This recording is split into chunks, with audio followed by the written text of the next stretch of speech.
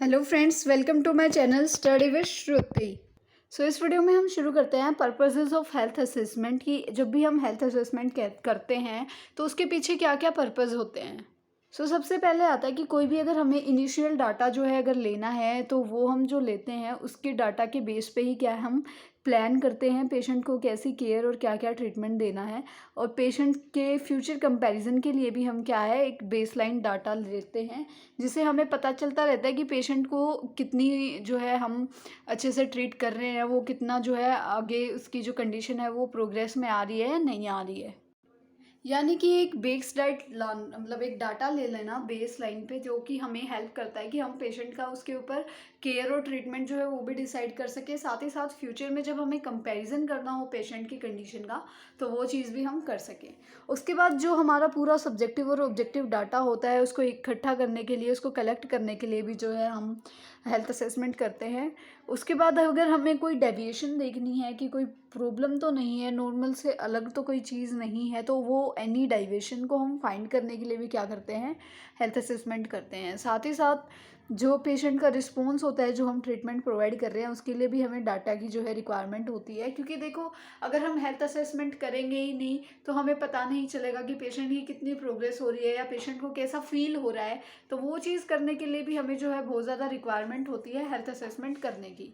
उसके बाद लास्ट आता है कि हमें पेशेंट का रिस्पॉन्स चेक करने के लिए जो भी हम केयर दे रहे हैं उसमें पेशेंट का कैसा रिस्पॉन्स पेशेंट जो है वो शो कर रहा है। एक तरीके से क्या होता है कि पेशेंट जो है अगर वो हैप्पीली ज़्यादा रहता है, अगर वो अच्छे से ट्रीटमेंट लेता है तो उस पर उस ट्रीटमेंट का असर जो है वो ज़्यादा होता है।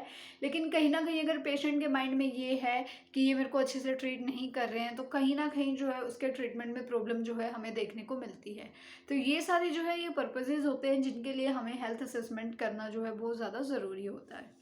इसी के साथ हम देखते हैं कि क्या क्या प्रिंसिपल्स होते हैं हेल्थ असेसमेंट के।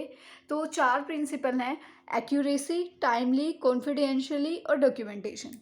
एक्यूरेसी में क्या होता है कि जब भी हम हेल्थ असेसमेंट करते हैं तो उसमें जो है वो बिल्कुल एक्यूरेट होना चाहिए, उसमें कोई भी जो है मिस्टेक नहीं होनी चाहिए।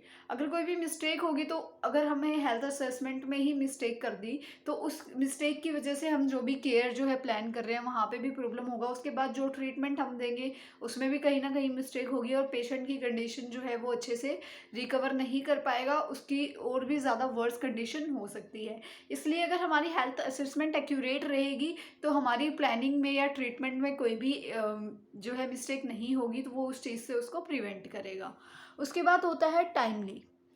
टाइमली में क्या होएगा, असेसमेंट जो है वो टाइमली करनी चाहिए, चाहे वो सब्जेक्टिव डाटा हमें लेना है या ऑब्जेक्टिव डाटा। पेशेंट आ रहा है, उसको अगर इमरजेंसी सिचुएशन है कि उसको बहुत ज़्यादा कहीं पेन हो रहा है या कुछ भी है, तो हमें सेम टाइम पे बिना किसी डिले के जो है हमें पेशेंट की असेसमेंट करनी चाहिए कि पेशेंट को क्या प्रॉब्लम है। कई डॉक्टर्स या फिर कई नर्स क्या होते हैं, वो क्या करते हैं, अगर पेशेंट आता है और पेशेंट ने कहा है कि उसको पेन है तो वो उसको ऐसे ही बोल देते हैं कि उसको कोई भी दवाई दे देते हैं, पेन किलर वगैरह, और उसको कह देते हैं कि अब आपको ठीक हो जाएगा और अगर ना हो तो आप कल आ जाना फिर हम देखते हैं। तो ऐसा नहीं होना चाहिए। पेशेंट अगर हमारे पास आया है तो हमें उसकी प्रॉपर हेल्थ असेसमेंट करनी चाहिए कि पेशेंट को क्या प्रॉब्लम है, ताकि अगर कोई सीवियर प्रॉब्लम ना हो, उस चीज़ का कोई कोज ऐसा ना हो कि हमें लग ना रहा हो लेकिन उसको कोई सीवियर प्रॉब्लम हो, कोई सीवियर डिजीज़ हो गई हो, तो उस चीज़ को प्रिवेंट करने के लिए, उस चीज़ से अच्छे से बचने के लिए, पेशेंट की अच्छा से अच्छा पेशेंट को ट्रीटमेंट प्रोवाइड करने के लिए हमें जो क्या है हेल्थ असेसमेंट टाइमली करनी चाहिए।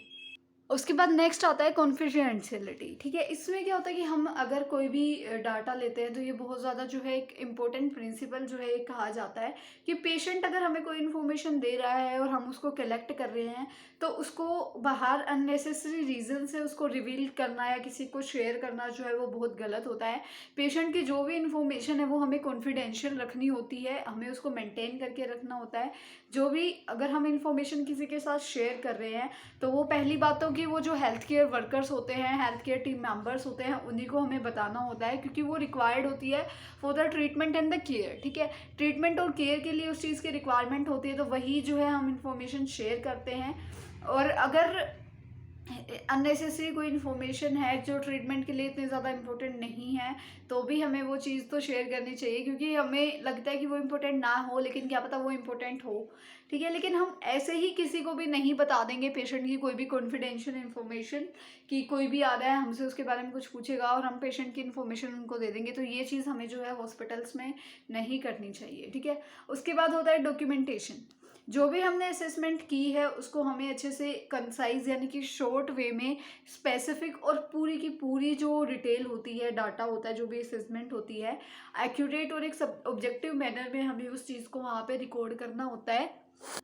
ये बहुत ज़्यादा इम्पोर्टेंट होता है, क्योंकि हमारा जो भी असेसमेंट होता है अगर वो हमारे पास रिकॉर्डेड होता है तो हम बाद में उसको यूज़ कर सकते हैं, और ये कंसाइज भी होगा और कंप्लीट भी होगा। तो ऐसे कैसे होता है कि हम जो है इस मैनर में हम जो अपने ट्रीटमेंट के लिए जो भी मेडिकल वर्ड्स होते हैं हम पूरा सेंटेंस लिखने की जगह उनका यूज़ कर सकते हैं, तो वो एक शॉर्ट वे में हो जाएगा और पूरी कंप्लीट जो है उसमें इंफॉर्मेशन पेशेंट की असेसमेंट के रिगार्डिंग आ जाती है। इसी के साथ साथ सबसे ज़्यादा इंपॉर्टेंट इस केस में होता है कि हमारी जो हैंड राइटिंग है वो ठीक होनी चाहिए। एलिजिबल मतलब कि वो इतनी, यूँ नहीं कहते कि हम बहुत ज़्यादा अच्छी होनी चाहिए, बट इतनी अच्छी होनी चाहिए कि अगर कोई आगे उसको पढ़ रहा है तो वो इजीली समझ में आए, उसमें ज़्यादा मिस्टेक हम ना करें लिखते हुए, हम ज़्यादा जो है ऐसे क्रॉस वगैरह ना लगाएंगी मतलब आगे जो पढ़ने वाला है, कोई भी हमारा हेल्थ केयर टीम मेंबर है या फिजिशियन वगैरह हैं, तो उनको उसको समझने में प्रॉब्लम ना हो, ऐसे जो है हमें डॉक्यूमेंटेशन करनी होती है।